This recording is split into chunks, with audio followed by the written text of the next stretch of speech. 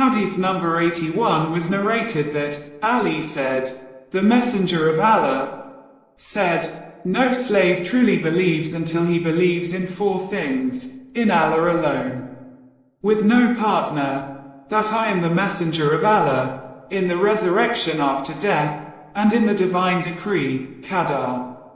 Hadith number 82, it was narrated that Aisha, the mother of the believers, said, "The Messenger of Allah was called to the funeral of a child from among the Ansar. I said, O Messenger of Allah, glad tidings for him. He is one of the little birds of paradise, who never did evil or reached the age of doing evil, i.e., the age of accountability." He said, "It may not be so, O Aisha. For Allah created people for paradise, He created them for it when they were still in their father's loins, and He has created people for hell, He created them for it when they were still in their father's loins." Hadith number 83, it was narrated that Abu Hurairah said, "The idolaters and Quraysh came and disputed with the Prophet concerning the divine decree. Then the following verse was revealed, the day they will be dragged on their faces into the fire, it will be said to them, taste ye the touch of hell. Verily we have created all things with qadar, divine decree." Hadith number 85, Amr ibn Shu'ayb narrated from his father that his grandfather said, "The Messenger of Allah came out to his companions when they were disputing about the divine decree, and it was as if pomegranate seeds had burst on his face, i.e. turned red, because of anger. He said, have you been commanded to do this, or were you created for this purpose? You are using one part of the Quran against another part, and this is what led to the doom of the nations who came before you." Abdullah bin Amr said, "I was never happy to have missed a gathering with the Messenger of Allah, as I was to have missed that gathering." Hadith number 86, it was narrated that Ibn Umar said, "The Messenger of Allah said, there is no adwa, contagion, no tiara, evil omen, and no hammer." A Bedouin man stood up and said, "O Messenger of Allah, what do you think about a camel that suffers from mange and then all other camels get mange?" He said, "That is because of the divine decree. How else did the first one get mange?" Hadith number 88, it was narrated that Abu Musa al-Ash'ari said, "The Messenger of Allah said, the likeness of the heart is that of a feather blown about by the wind in the desert." Hadith number 89, it was narrated that Jabir said, "A man from among the Ansar came to the Prophet and said, O Messenger of Allah, I have a slave girl. Should I do azl, coitus interruptus, with her?" He said, "Whatever is decreed for her shall come to her." He, the Ansari, came to him later on and said, "The slave girl has become pregnant."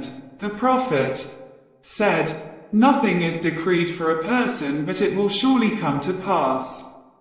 Hadith number 91, it was narrated that Suraka bin Juzam said, "I said, O Messenger of Allah, is one's deed in that which has already dried of the pen and what has passed of the divine decree, or is it in the future?" He said, "No, it is in that which he already dried of the pen and what has passed of the divine decree, and each person is facilitated for what he has been created." Hadith number 93, it was narrated that Abdullah said, "The Messenger of Allah said, I have no need of the friendship of any Khalil, close friend.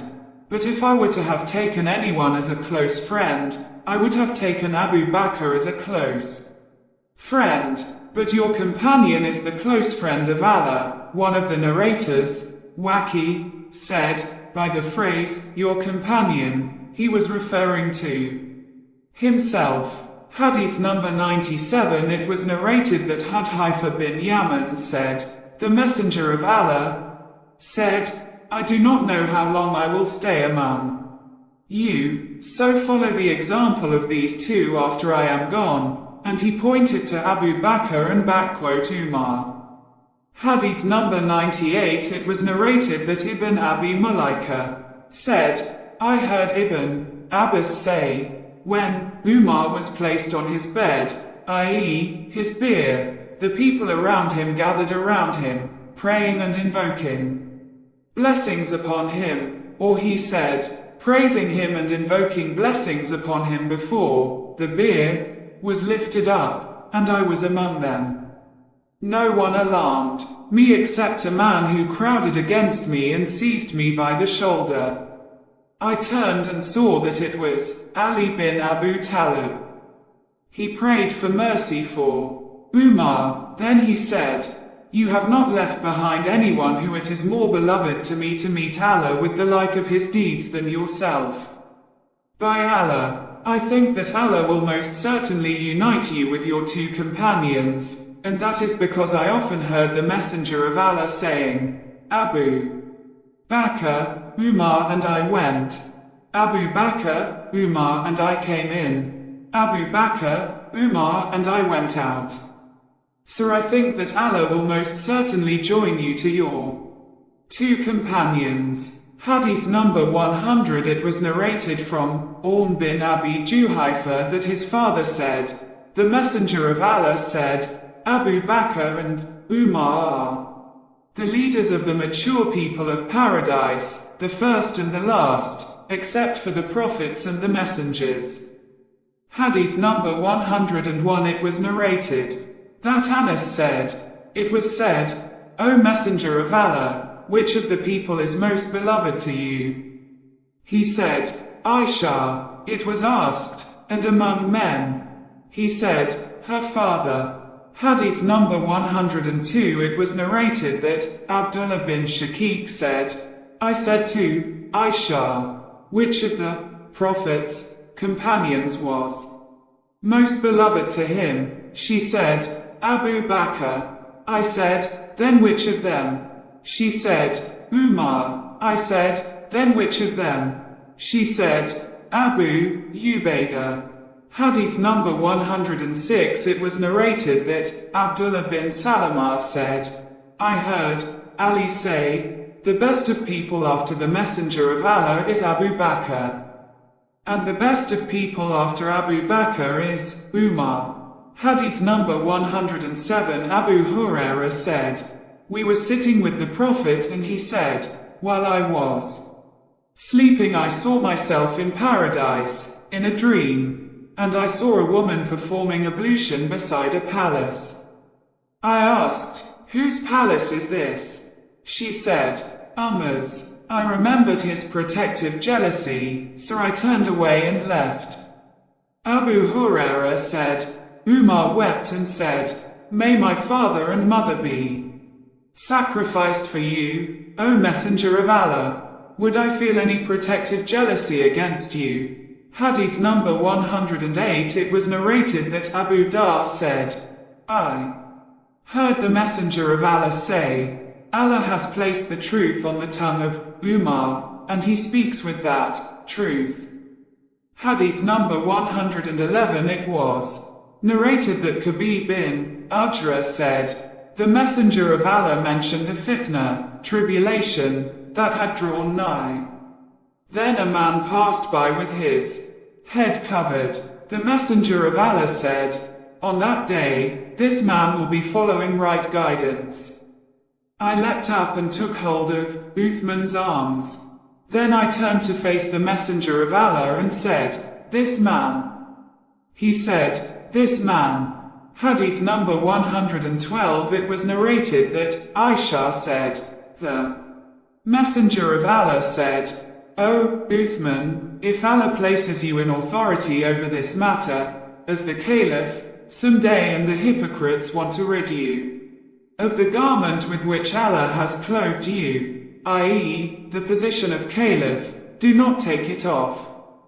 He said that 3 times. One of the narrators, Newman, said, I said to Aisha, what kept you from telling the people that?